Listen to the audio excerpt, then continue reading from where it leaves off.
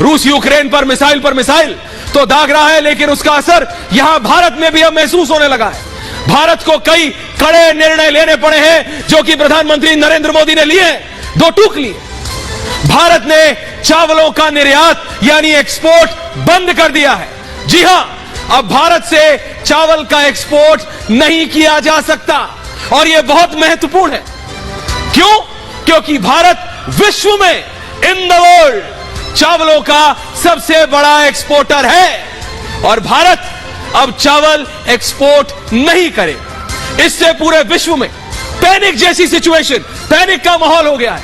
हर देश परेशान है। कहा जा रहा है कि भारत के इस कदम से अंतर्राष्ट्रीय कीमतें तो बढ़ेंगी, लेकिन साथ साथ जिसे कॉस्ट ऑफ लिविंग कहते हैं, यानी जीने के लिए जो पैसे चाहिए उसमें भी बहुत ज्यादा बढ़ोतरी हो जाएगी।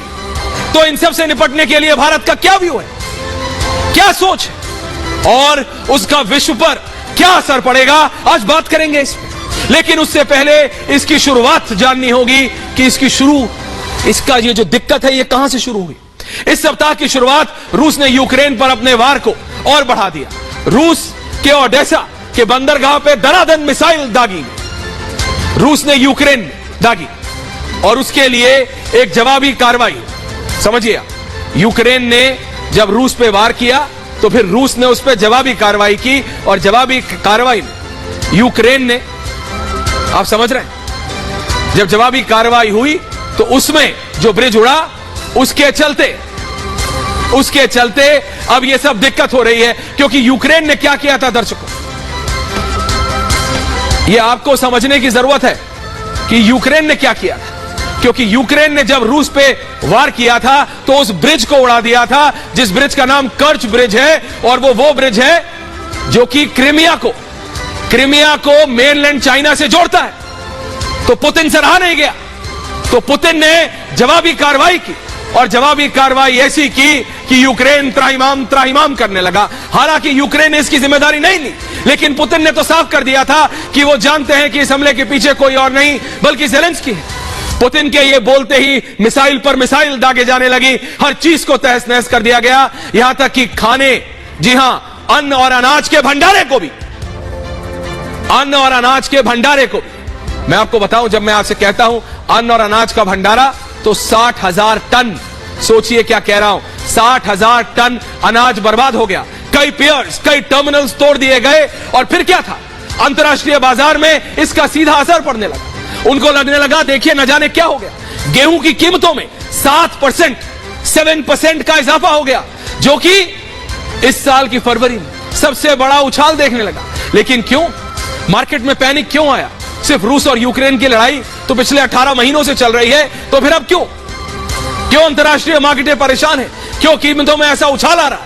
तो इसके लिए मैं आपको बता दूं, क्योंकि रूस ने जो ग्रेन डील है उसे तोड़ दिया है, जो ब्लैक सी इनिशिएटिव है उसको बंद कर दिया है। यह संयुक्त राष्ट्र की मदद से रूस और यूक्रेन के बीच ये एक अलायंस, एक संधि कराई गई थी, जिसके जरिए यूक्रेन को, विश्व को जो अनाज भेजना है वो इस ब्लैक सी के रास्ते जा सकता है। लेकिन पुतिन ने इस पर रोक लगा दी, कहा नॉट डन, क्योंकि पुतिन के अनुसार यूक्रेन अमेरिका की मदद से इस ब्लैक सी इनिशिएटिव का गलत इस्तेमाल कर रहा है, चावलों और अनाज की जगह वेपन्स आ रहे हैं। तो अब यूक्रेन का कोई भी जहाज इस ब्लैक सी से नहीं जा सकता, जिसके चलते जो हालात पहले से ही खराब थे अब बद से बदतर हो गए। युद्ध से पहले रूस यूक्रेन, ये बहुत महत्वपूर्ण है, सुनिएगा, रूस और यूक्रेन पूरे विश्व का ग्लोबली सप्लाई करने वाले सबसे 2 बड़े देश थे अनाज के। और अगर आंकड़े देखेंगे तो दुनिया का 1/4 गेहूं एक्सपोर्ट यूक्रेन और रूस से होता है और मक्का और जौ का 1/5 हिस्सा विश्व का रूस और यूक्रेन से होता है। लेकिन जंग के बाद यह सब बंद। तो जब आम सप्लायर, मैं आपसे पूछता हूं, आपको एक चीज चाहिए, अगर वो आपका मेन दुकानदार, जिसे हम लोग परचूनिया कहते हैं देसी भाषा, उसके पास नहीं है तो आप क्या करेंगे? आप दूसरे के पास जाए। कौन है रूस और यूक्रेन के बाद सबसे बड़ा? भारत। इसलिए दुनिया ने भारत की ओर देखना शुरू कर दिया। लेकिन भारत की सरकार को पहले भारतीयों के लिए सोचना है। प्रधानमंत्री नरेंद्र मोदी ने यह बात साफ कर दी, हम विश्व की पॉपुलेशन के हिसाब से सबसे बड़ा देश है दर्शक, हमारी अपनी अपार जरूरत है। इसके चलते भारत ने चावलों के एक्सपोर्ट को बैन कर दिया। अब आपको समझ आ रहा है क्यों? पिछले साल भारत सरकार ने वीट यानी गेहूं एक्सपोर्ट पर भी बैन लगा दिया था, जो कि आज तक लागू है। आपको मालूम था क्या इस बारे में? अगर नहीं तो जान लीजिए कि गेहूं भी बंद है और अब राइस भी एक्सपोर्ट बैन हो गया है। और इससे विश्व में खलबली मच गई है, क्योंकि भारत विश्व का सबसे बड़ा राइस एक्सपोर्टर है। तो सोच लीजिए, जो देश सबसे बड़ा चावलों का एक्सपोर्टर है वो अब चावल नहीं भेजेगा। विश्व का 40% एक्सपोर्ट भारत से होता है। 140 देश भारत के चावल पर पूर्णतः निर्भर थे, और जितना चावल भारत अकेला एक्सपोर्ट करता है उतने कतार में खड़े अगले 4 देश नहीं कर पाते। कौन है ये 4 देश? थाईलैंड, वियतनाम, पाकिस्तान और अमेरिका। जी हां, अमेरिका तक भारत की बराबरी नहीं कर सकता। तो समझ सकते हैं आप अब कि विश्व में हड़कंप क्यों मचा है, क्योंकि भारत जो विश्व का 40% चावल एक्सपोर्ट करता था अब नहीं करेगा। आपकी जानकारी बताती है, मैं आपके लिए बता दूं आपकी जानकारी, कि चावल हमने ओवरऑल ब्लैंकेट बैन नहीं किया है। कुछ तरीके के चावल हैं जिनको अभी भी एक्सपोर्ट किया जा सकता है, लेकिन जो 2 सबसे ज्यादा एक्सपोर्ट होने वाले चावल है हिंदुस्तान में, उन पे पाबंदी लगा दी गई है। पहला है नॉन बासमती और दूसरा है जिसे कहते हैं टूटा हुआ चावल। लेकिन कुछ एक्सपर्ट कहते हैं कि यह अचानक नहीं हुआ, इसीलिए जब आपसे 2 से 3 मिनट बाद मैं डिबेट करूंगा तो इस पे बात करनी पड़ेगी, क्योंकि लोग कह रहे हैं क्या यह सही फॉरेन पॉलिसी है या यह गलत फॉरेन पॉलिसी है। एक्सपर्ट्स कहते हैं भारत की सरकार ने, नरेंद्र मोदी की सरकार ने पहले ही समझते हुए, दूरंदेशी दिखाते हुए, भारतीयों के इंटरेस्ट को ध्यान में रखते हुए राइस एक्सपोर्ट पे 20% टैक्स लगा दिया था। दे वर ऑलरेडी प्रिपेयरिंग। लेकिन सवाल फिर भी यह खड़ा होता है कि बैन क्यों? तो उन सबको जो कि चाहते हैं कि भारत विश्व की मदद पहले करे और अपनी मदद बाद में, उनको समझना पड़ेगा भारत में भारी मांग है। भारी बारिश के चलते कीमतों में किस तरह से बढ़ोतरी हुई है ये मुझे आपको बताने की जरूरत नहीं दर्शक। पिछले 1 साल में चावल की कीमतें, सिर्फ चावल की कीमतें 11% बढ़ चुकी हैं। पिछले 1 महीने में कीमतों में 1 महीने 30 दिन में 3% की बढ़ोतरी हो गई है। तो पहले भारतीयों की जरूरत पूरी करेगी भारत सरकार, या फिर विश्व को जाके बांटने लगी? और यह भी एक असलियत है कि यह जंग कहां जारी है, कितने समय तक जारी है, कैसे कैसे चलेगी, कितना बढ़ेगी, इसका जवाब तो मेजर गौरव आर्या, जनरल जीडी बख्शी और जनरल विशंबर दयाल नहीं दे पाए अभी तक। तो मैं क्या दूंगा? जब भारत ने गेहूं पर बैन लगाया तो विश्व के कई बड़े बड़े देशों ने, दर्शकों ये अगले 30 सेकंड सुनिएगा, बहुत प्रेशर डाला था। लेकिन नरेंद्र मोदी की सरकार ने साफ कह दिया, उस दबाव को सहा और चावल के एक्सपोर्ट को भी बैन कर दिया। और क्या आपको मालूम है कि भारत सरकार ने चावल और गेहूं के अलावा इस बैन लिस्ट में और क्या क्या है? अगर नहीं मालूम तो मैं आपको बता चलता हूं कि चीनी को भी, हां पूरी तरह बैन नहीं, लेकिन पिछले साल सितंबर में भारत ने शुगर एक्सपोर्ट पर कोटा लगा दिया था। यानी शुगर मिल्स को, जो शुगर प्रोड्यूस करते हैं, उनको सिर्फ 6.1 मिलियन टन ही एक्सपोर्ट करने की अनुमति दी गई थी, कोटा, जो कि उन्होंने जुलाई तक ही पूरा कर लिया था। तो मान लीजिए अभी कोई एक्सपोर्ट नहीं कर सकता। लेकिन यह भी एक सच्चाई है कि यह सब एक्सपोर्ट बैन किसी ना किसी प्रकार की दिक्कतों की ओर इशारा करते हैं। मैं इसको झुठला नहीं रहा। भारत की दिक्कत, पश्चिमी देशों की दिक्कत, ये जो वेस्टर्न वर्ल्ड है, इसकी दिक्कत से कम है। लेकिन जरूरी चीजों की कीमतों में बढ़ोतरी हुई है, यह असलियत है। टमाटर की लाली सिर चढ़कर बोल रही है। क्या मुझे यह आपको बताने की जरूरत है? पिछले महीने भारत में रिटेल इन्फ्लेशन 4.8% हो गया है। यह पिछले 3 महीने में सबसे ज्यादा है। अब आप पूछेंगे, भाई, पूछता है भारत, यह रिटेल इन्फ्लेशन क्या होता है? तो भाई, रिटेल इन्फ्लेशन होता है जरूरी चीजों की बढ़ती घटती कीमतों का भाव। असलियत है कि भारत अंतरराष्ट्रीय घटनाओं से अब अछूता नहीं है। Bharat is not isolated, India is not isolated. लेकिन भारत का हाल विश्व जैसे, मतलब विश्व के कई देशों जैसे बेहाल नहीं है। अमेरिका की हालत देखिए आप। रूस की मिसाइल सिर्फ यूक्रेन को ही नहीं दर्शकों, अब पूरे विश्व को नुकसान पहुंचा रही है और खाद्य बाजारों को भी नुकसान पहुंचा रही है। और भारत में, क्योंकि आज भी हम एक किसान प्रधान देश हैं, और यह हमको समझना पड़ेगा कि हमको कैसे इस पर रिस्पॉन्ड करना है, कैसे अपना बचाव करना है। लेकिन यह बात साफ है कि पहले अपना बचाव, उसके बाद दूसरों की मदद। और यह बात भारत सरकार ने साफ कर दी है। लोग कह रहे हैं यह गलत है, मदद करो, करनी चाहिए, लेकिन क्या अपनी मदद पहले ना करें? God help those who help themselves.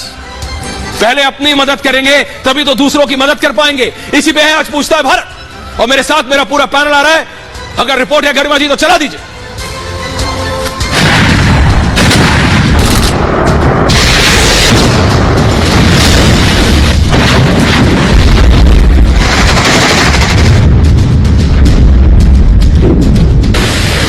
रूस यूक्रेन जंग को 18 महीने से ज्यादा का वक्त हो चुका है, लेकिन अभी तक इसके अंजाम का पता नहीं है। यूक्रेन सीधे रूस की मिसाइल झेल रहा है तो दुनिया आर्थिक वार से झुलस रही है। युद्ध की वजह से दुनिया भर में महंगाई बढ़ रही है। हालात ये हैं कि कई देशों ने महंगाई से निपटने के लिए अभी से बैकअप प्लान पर काम करना शुरू कर दिया।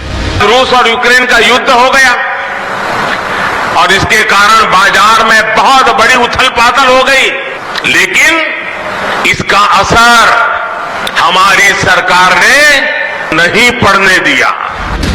भारत ने दुनिया में बढ़ती महंगाई को देखते हुए एहतियाती कदम उठाने शुरू कर दिए हैं, जिसके तहत चावल निर्यात पर प्रतिबंध लगा दिया गया है।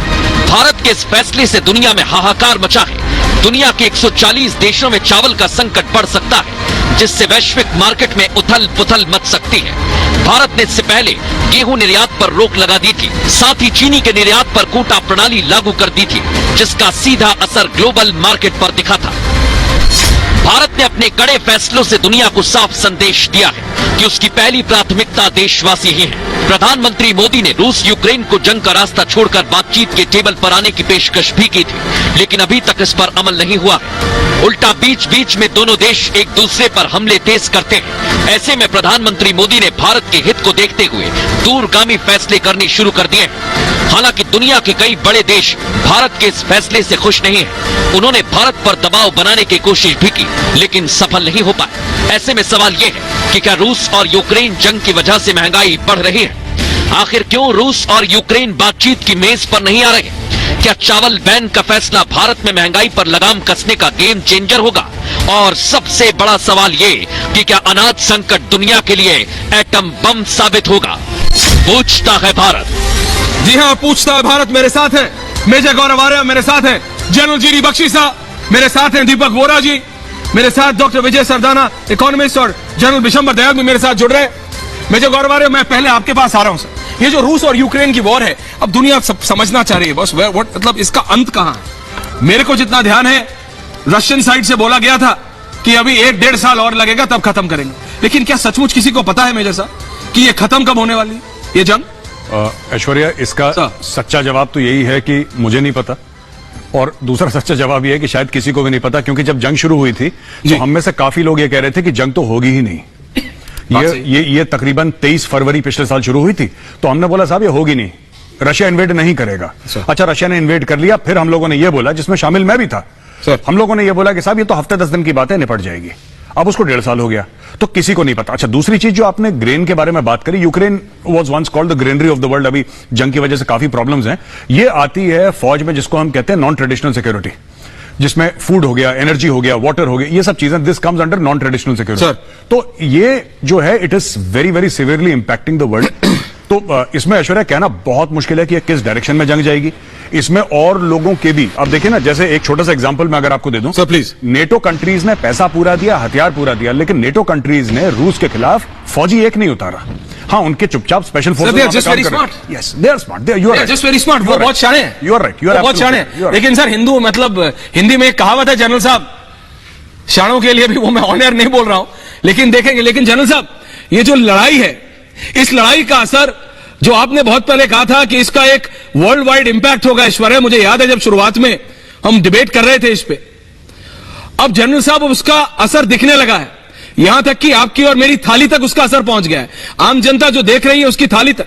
सर, चावल भारत 40% एक्सपोर्ट करता था, इस जंग के चलते बंद करना पड़ा है, बंद करना पड़ा है, क्योंकि रशिया ने जो अभी यूक्रेन पे जो रिएक्ट किया उसके अटैक के, और ब्लैक सी जो पूरा मतलब इनिशिएटिव था उसको बंद कर दिया, तो पूरे विश्व पे इसका इंपैक्ट पड़ रहा है जनरल साहब। देखिए ऐश्वर्या, बिल्कुल बात ऐसी है कि ये जो रशिया यूक्रेन वॉर है अब एक निर्णायक दर्जे पे आ गया है। बड़ी देर से यूक्रेन एडवर्टाइज कर रहा था कि हम काउंटर ऑफेंसिव करेंगे, काउंटर ऑफेंसिव करेंगे। रशिया ने ट्रिपल लेयर डिफेंसेस बना दी हैं, 5-6 परत की डिफेंसेस बना दी हैं। यूक्रेन सर मार मार के थक गया है, कहीं अभी तक ब्रेक थ्रू नहीं कर पाया और ना ही अंदेशा है ब्रेक थ्रू का। इसके बरखिलाफ रूस का जो कोई काउंटर ऑफेंसिव है 1 लाख की फौज से, वो खार्किव के इलाके की तरफ अब बढ़ना शुरू हो गया है। मेरा अंदाज है कि ये जो स्ट्रगल है अपने निर्णायक दौर पे अगस्त के बीच में या आखिर तक पहुंच जाएगी। दिस वे और दैट वे कुछ फैसला उभर कर निकल आना शुरू होगा, ये मेरा एस्टिमेट है। मैंने पिछले साल किताब लिखी थी सितंबर में, मैंने यही फोरकास्ट किया था। अभी तक मैं अपने फोरकास्ट पे कायम हूं। अब ये चीज कॉम्प्लिकेट इसलिए हुई है कि जैसे आपने बिल्कुल सही फरमाया कि रशिया और यूक्रेन दोनों मिलकर दुनिया की ग्रैनरी है। जो वीट एक्सपोर्ट होता है उसका कोई आप समझ लीजिए 50% तो ये दोनों देश मिलकर एक्सपोर्ट कर रहे थे पूरी दुनिया को। और खासकर जो कि गरीब मुल्क हैं अफ्रीका के अंदर, खासकर सूडान, सोमालिया, अल्जीरिया इत्यादि इत्यादि, ये तो बिल्कुल ग्रेन टू माउथ शिपमेंट पे थे, जैसे कि हमारा हाल होता था 1971 के। अब जो है अभी बीच में एक ग्रेन एग्रीमेंट हो गया था कि साहब वो ओडेसा के पोर्ट से रूस ने अलाउ किया था ग्रेन, लेकिन उसने उस वक्त ये भी कहा था कि मुझे भी अपना ग्रेन एक्सपोर्ट करने दिया जाए। वो सैंक्शन बरकरार रखी नेटो ने। जो ज्यादातर ग्रेन गया ये अफ्रीका के देशों को नहीं गया, गरीब देशों को नहीं गया, यूरोप ने खरीद लिया था, ठीक है। तो अब चिढ़ के रूस ने बिल्कुल बंद कर दी है। यूक्रेन ने कर्च ब्रिज पे हमला किया, फिर मॉस्को पे ड्रोन अटैक हमला करने की दुस्साहस करी, तो उन्होंने कहा साहब लीजिए हम आपको बताते हैं मजा। उन्होंने ओडेसा को मार मार के वहां पे धज्जियां उड़ा दी हैं, ग्रेन टर्मिनल्स वहां पे ध्वस्त कर दिए हैं। अब प्रॉब्लम यह है कि ग्रेन पहुंचाना मुश्किल हो गया है। यूक्रेन से तो आप बिल्कुल नहीं बिल्कुल नहीं जा रहा जनरल साहब। और मैं रिक्वेस्ट कर रहा हूं जनरल साहब का लिंक जरा करेक्ट कर दीजिए। मेजर साहब, जनरल साहब माफी चाहता हूं, आपका लिंक थोड़ा गड़बड़ हो रहा है, दोबारा रिकनेक्ट कर रहे हैं। मेरे साथ डॉक्टर विजय सरदाना भी हैं जनरल साहब, he is very senior economist. Doctor साहब, मैं इसलिए पूछ रहा हूं कि अब आम भारतीय को इसका असर दिखने लगा है। पिछले एक महीने में चावल का जो प्राइस राइज है वो 3% हुआ है, 3%। और मैं पिछले एक साल की बात करूं तो 11%। तो भारत ने, क्योंकि भारत कई पॉलिसी मेकर्स हैं, भारत में भी मेजर साहब जो बोलते हैं कि नहीं दुनिया की मदद करो, सबसे पहले भेज दो। भारत सरकार ने कहा बॉस पहले हमारी अपार जरूरतें हैं, we are the largest country अगर हम जनसंख्या के हिसाब से बात करें। तो सरदाना साहब उन्होंने कहा कि पहले हम अपना ध्यान रखेंगे, पहले हम अपने लोगों की जरूरतों का ध्यान रखेंगे, उसके बाद देखें। How do you see this sir? देखिए बिल्कुल लॉजिकल बात है। 140 करोड़ के देश को कोई दुनिया का बाजार नहीं खिला सकता सर।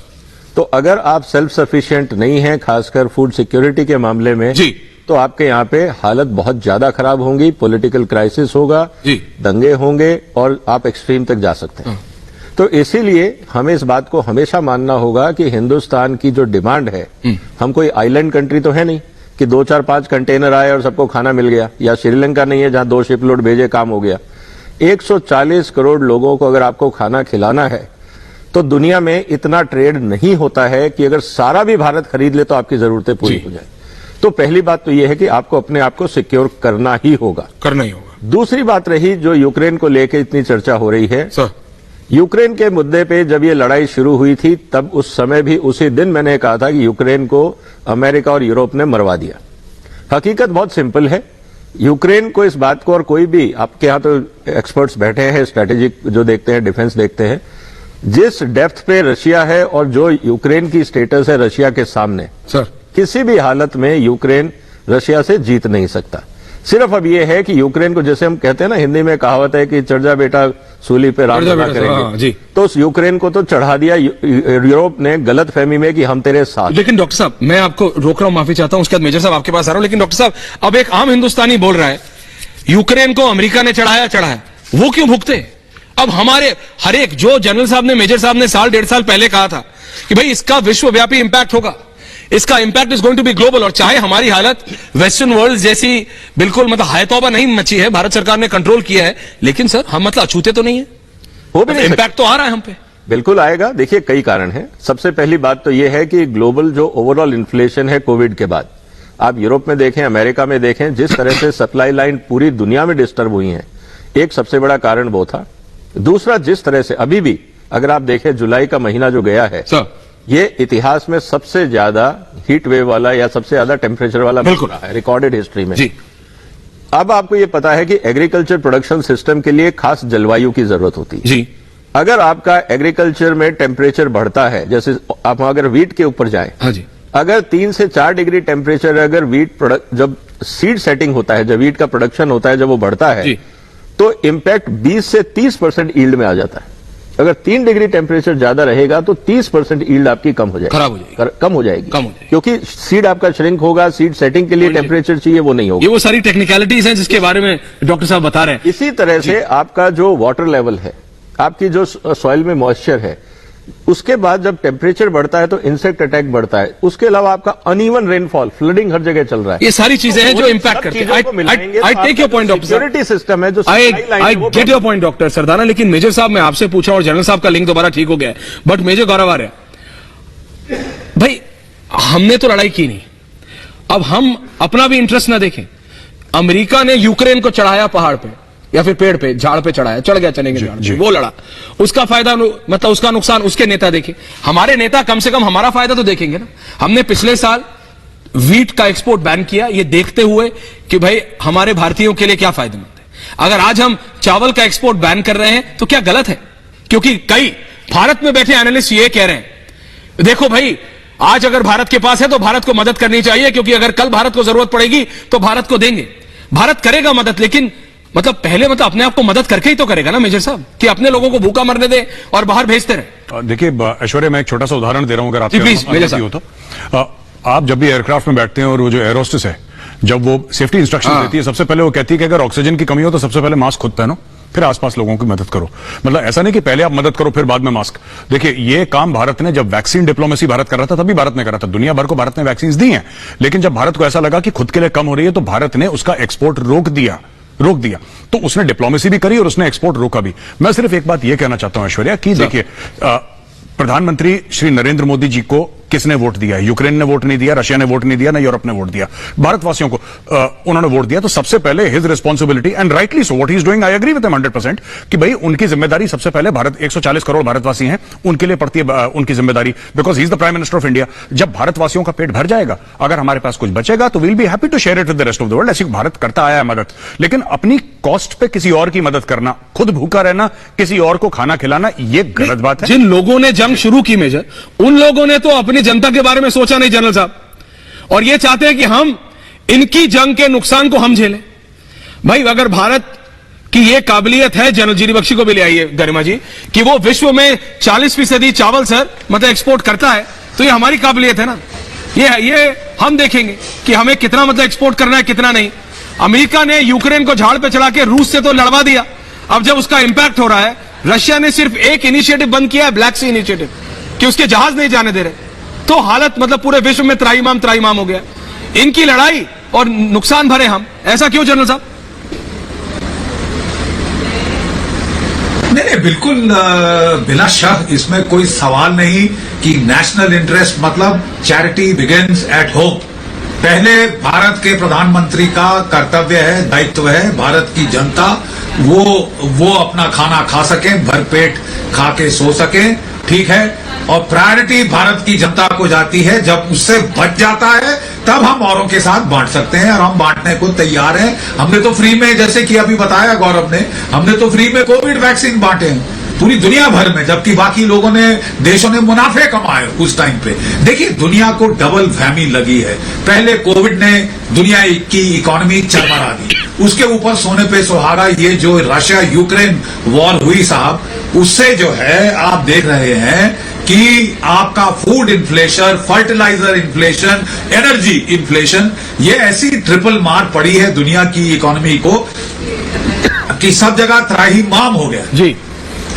अब सवाल यह है कि अभी तक भारत की एक इकोनॉमी है जो कि ठीक जा रही है, और हम जो है अभी तक काफी रिकवर कर चुके हैं, और सबसे बेस्ट रिकवरी हमारी जा रही है। 5th बड़ी इकोनॉमी हम बन गए हैं, बड़ी तेजी से 3rd इकोनॉमी बनने जा रहे हैं, दुनिया की 5 ट्रिलियन इकोनॉमी की तरफ बढ़ रहे हैं। लेकिन फूड एक ऐसी सेंसिटिव चीज है, आपको याद होगा 1971 के पहले हम भी शिप टू माउथ थे। ये तो जो हमारी ग्रीन रेवोल्यूशन हुई, इसने हमको वो PL 480 के त्राहिमाम से बचाया, और अब हम ना केवल सेल्फ सफिशिएंट है, हम तो एक्सपोर्ट कर रहे थे।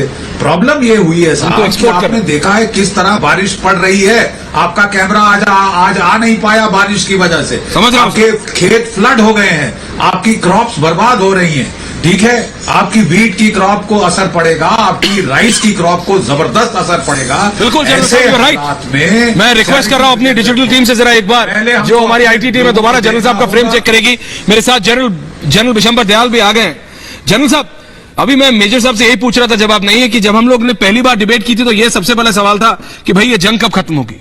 तो आप लोगों ने कहा था पता नहीं, लेकिन साल भर में हो सकती है। शुरुआत में कहा था 15-20 दिन में हो जाएगी, फिर लगा लंबी चलेगी, अभी कह रहे हैं और 1.5 साल चलेगी। अब इसका असर जनरल साहब, जब उस समय सोचा था कि विश्वव्यापी होगा, ग्लोबल होगा मेजर साहब, तो अब now we are feeling the impact. Bharat को गेहूं के बाद अब चावल एक्सपोर्ट भी बंद करना पड़ा है। लोगों को लग रहा है ये बहुत सिंपल है, इतना सिंपल है नहीं।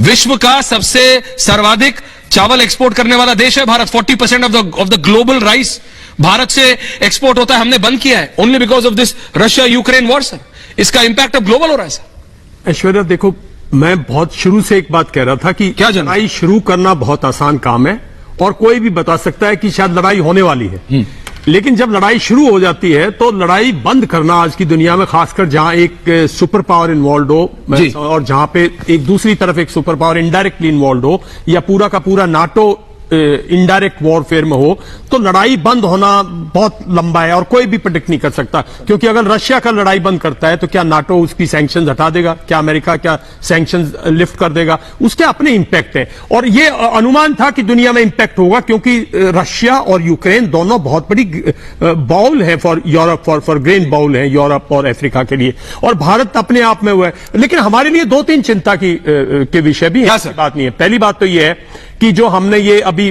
फैसला लिया है, मैं मानता हूं बिल्कुल कि सबसे पहले जो इंडिया की फूड सिक्योरिटी है, जो हमारी फूड सिक्योरिटी है, वो सबसे एसेंशियल है और देश को, प्रधानमंत्री को, सरकार को, हर सरकार को इसकी जिम्मेवारी है, ये निभानी है, इसमें कोई दो राय नहीं है। लेकिन दूसरी बात यह भी है कि क्या हमारी, मतलब जो मेन क्रॉप राइस क्रॉप है जी, जो एक बड़ी इकोनॉमी का इतना बड़ा भाग है, क्या वो इस फ्लड में इतनी डिस्ट्रॉय होगी है, इस रेंज में इतनी डिस्ट्रॉय होगी है कि भाई हमें अपना जो आने वाला, आखिर एक्सपोर्ट से फार्मर को भी तो फायदा होता है ना। नहीं, जनरल साहब, बात यह है, अगर आपको एक चीज लेनी है, मेजर साहब, आपको एक चीज बहुत पसंद है जो जिसके बिना आप रह नहीं सकते। आपकी एक दुकान होगी जहां से आप लेते हैं, आपका एक सप्लायर होगा, अब वो सप्लायर की दुकान बंद हो जाती है जी, तो आप अगले बड़े सप्लायर के पास जाएंगे जी।